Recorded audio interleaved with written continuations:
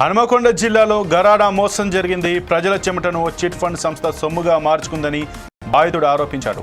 కమలాపూర్ మండలం కానిపర్తికి చెందిన lorry driver తన కష్టార్జితంతో ప్రతి రూపాయిని కూడబెట్టుకుని కనకదుర్గ ఇన్ఫ్రా బిల్డర్స్లో 2020 సంవత్సరంలో 5 లక్షల రూపాయలు ఫిక్స్డ్ డిపాజిట్ చేశానని బాధితుడు చెప్పారు.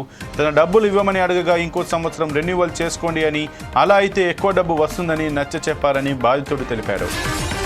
రెండో సంవత్సరం పూర్తయిన తర్వాత తన డబ్బులు ఇవ్వమని అడగగా 2023 సంవత్సరంలో రేపు మాపు అంటూ కాలయాపన చేశారని ఆవేదన వ్యక్తం చేశాడు. అసలు తన డబ్బులు ఇస్తారా ఇవ్వరా అని యాజమాన్యాన్ని ప్రశ్నించాడు. తాము డబ్బు ఇవ్వమని ఎవరికి చెప్పుకుంటావో చెప్పుకో అని బెదిరింపులకు గురి చేస్తున్నారని చెప్పారు.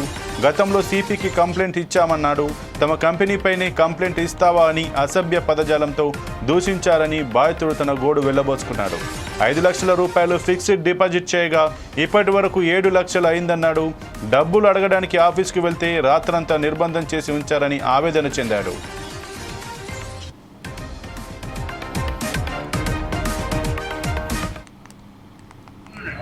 నేను వృత్తిరీత్యా లాయర్ చేస్తూ బతుకున్నా సార్. నేను ఒక వ్యక్తి ద్వారా ఇక్కడికి వచ్చి 5 లక్షల రూపాయలు ఫిక్స్డ్ డిపాజిట్ చేయడం జరిగింది సార్ 2020 సంవత్సరంలో. ఆ తర్వాత ఒక 1 ఇయర్ రెన్యువల్ చేసి నా డబ్బులు నాకు ఇవ్వాలను, నాకు ఇవ్వకుండానే మళ్ళీ 1 ఇయర్ ఇవ్వాలని అందులో ఉంచారు.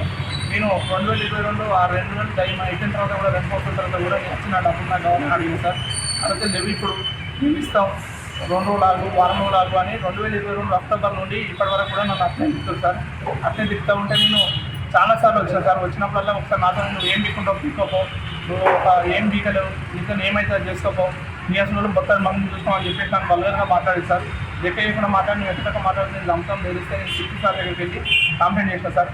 కంప్లైంట్ చేసిన తర్వాత సిపి సార్ దగ్గరికి ఇక్కడ చైర్మన్ వచ్చి నేను ఇస్తా టైంకు, ఈ టైంకి ఇస్తా, నేను ఒక 2 నెలల్లో మొత్తం డబ్బులు ఇచ్చేస్తాను అని చెప్పేసి ఒప్పుకొని వచ్చాను సార్. వచ్చిన తర్వాత ఇక్కడికి వచ్చిన సార్. ఇక్కడికి వచ్చి ఆ రేట్లు చెప్పిస్తాను వస్తే కూడా ఇక్కడ కూడా మళ్ళీ లొల్లి పెట్టుకున్నాను సార్. మళ్ళీ లొల్లి పెట్టుకుంటే నేను సిఐ సార్ దగ్గర సార్ లొల్లి పెట్టుకున్నాను సార్ అని చెప్పాను సార్. సిఐ సార్ అని చెప్పి సిఐ సార్ ఫోన్ చేసి అడిగాను లొల్లి పెట్టుకున్నారంటే సార్ మా అయితే వర్కర్ కూడా ఆయన వెళ్ళాను సార్ అని పేమెంట్ చేసిండు.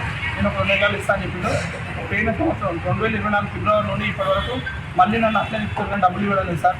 నన్ను అనేక మానసికంగా ఇక్కడికి వచ్చినప్పుడల్లా నువ్వేం బీకుంటా బీకో, నువ్వేం చేసుకుంటావు చేసుకో, నన్ను తిరుగుతూ కప్పించి డబ్బులు ఇవ్వడం లేదు. నన్ను బాగా ఇబ్బందులు గురి చేస్తుంది సార్. నాకు పరిస్థితి బాగాలేదు సార్. ప్లీజ్ సార్ దండం పెడతాను సార్, కాలు మొక్కుతుంది సార్, నా పైసలు కావాలి సార్ అని నేను చాలాసార్లు రిక్వెస్ట్ చేసాను సార్. 1 లక్ష రూపాయలు ఆ తర్వాత ఇచ్చారు. మళ్ళీ ఇప్పుడు నేను అడిగినప్పుడల్లా ఒకరోజు నైట్ నన్ను ఇక్కడనే పెట్టి తలుపులో స్థానం పెట్టి మొత్తం. తర్వాత ఆ రోజు వాళ్ళ బామ్మాది చైర్మన్ వాళ్ళ బామ్మాది ఫోన్ చేసి ఒక 2 రోజుల్లో నేను ఇస్తాను అని చెప్పాడు. ఇప్పటికి 4 months దాటిపోయింది.